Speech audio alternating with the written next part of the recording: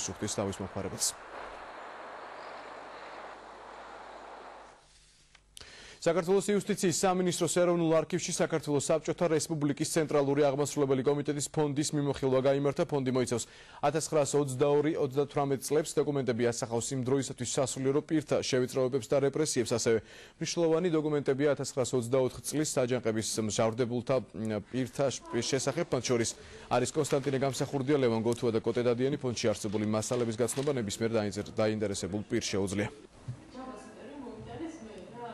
საქართველოს ცენტრალური აღმასრულებელი კომიტეტის ფონდი მოიცავს უაღრესად საინტერესო დოკუმენტაციას და 1922 წლიდან 1928 წლის ჩათვლით. ეს საქმე არის კონსტანტინე გამსახურდიას დედის წერილი და თვითონ მაგარეთა საქმეს ეწერია საქმე კონსტანტინე გამსახურდიას ბრალდებაზე გერმანიის კონსულთან და გენერალურ შტაბთან დაკავშირების გამო.